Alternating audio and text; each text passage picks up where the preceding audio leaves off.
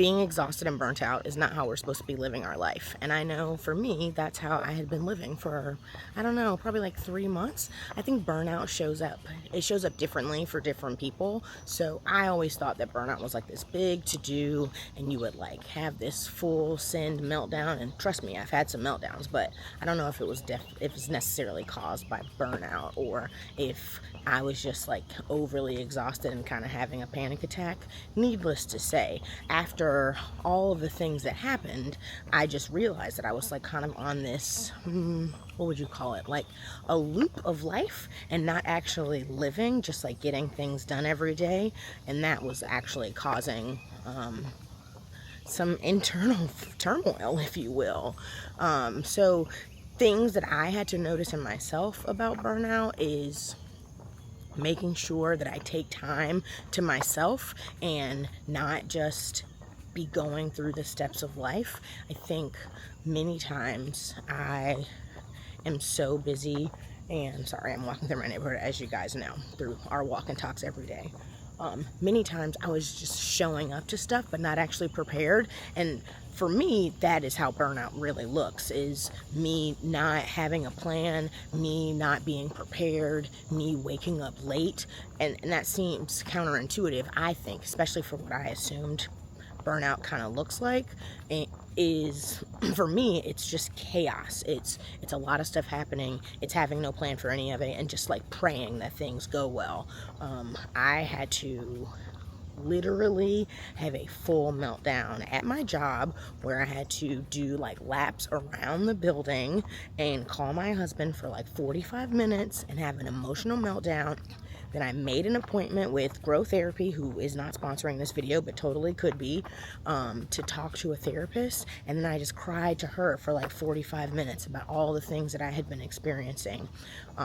For sure, a big piece of that is becoming a mom and adding on the stress of taking on another person, and even just the mental load that mothers don't talk about.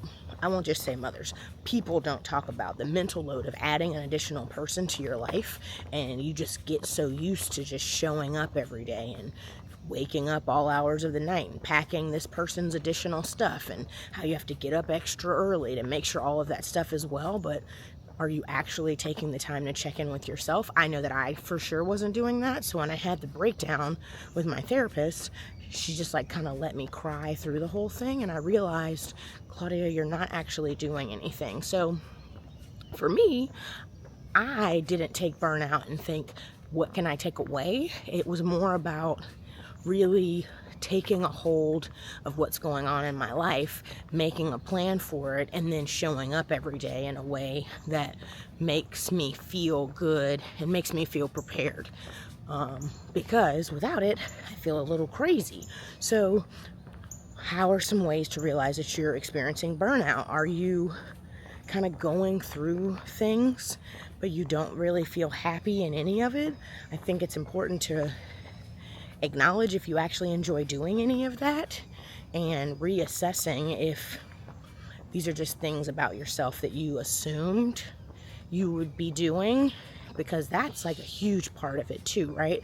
We all create these versions of ourselves that the world has to see, and then you get so used to what the world believes that you are that it's hard to change. But that kind of thing is, the type of pressure that is to have to carry around every single day is exhaustive. Exhaustive? Yeah, I'm going with that. Ooh, new windows for my neighbor's house. Very nice. Yeah, it's exhaustive and it doesn't make you feel very good. And taking the time to actually take a break and not just power through it. I do understand that these jobs don't necessarily care about us all the time, but you have FMLA for a reason. And friend, I hate to break it to you, but sometimes you have to use it. I have a girlfriend who is in a very stressful position, and she had to take FMLA, and it was the best thing that she could have done. And a lot of it is she just needed time to herself. Go to a park and walk, go eat lunch, and not have to answer emails and not have to talk to anybody. And I think she took like a week, and by the time she got to the end of it, she felt so much better. And half of burnout, I think, you guys tell me what you think in the comments, but is acknowledging that you need a break and then actually taking it, and not a break where you just do something else. I am really bad at needing a break, but instead of taking a break, I just won't work, but I'll fill my schedule with a ton of other things. Even this past weekend, it was so nice Dre had friends, stuff going on, so I had to stay at home, and he makes jokes all the time about me not liking to be by myself, which might be true, I don't know. But it was nice. I just sat in the house, I did laundry and stuff, and washed bathrooms, because, hello cat, doing nothing feels crazy, right? But it was really nice to just sit in the house for the mortgage that I pay and do nothing. And I don't give myself the space and time to do that a lot, and that will cause burnout. So, adding it into your calendar, even if that's what you have to do to make time for yourself. Going to that spa, scheduling it out. They have things like Treat Your Feet in Atlanta, $45 for an hour pedicure, and I'm sure they have that kind of thing in your town too. And if they don't, in a small town close by. So those are just kind of the facts there. Ooh, girl, going up this hill, this walk, crazy.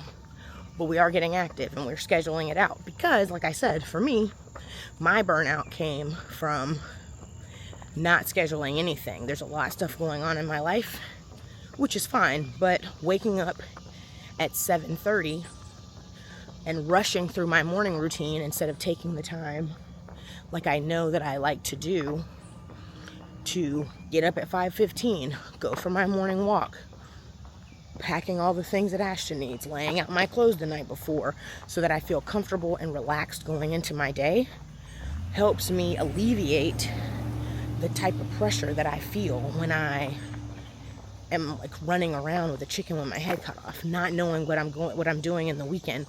My burnout was so bad, I was double scheduling weekends, missing people's things, and not even on purpose, like truly thinking that things were 2 different weekends because I just was letting life happen to me. That kind of burnout is crazy, and it looks totally different. Like, I don't think anybody would have thought that I was experiencing that, but it was just so real.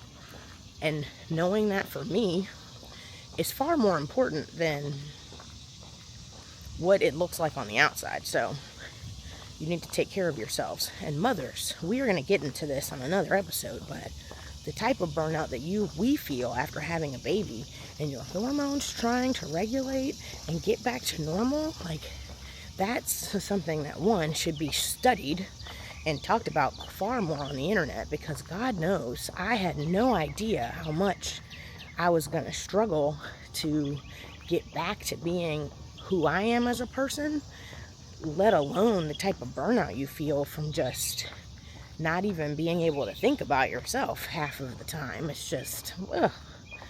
And then you just start talking about the mental load of that whole thing, and you just have something else.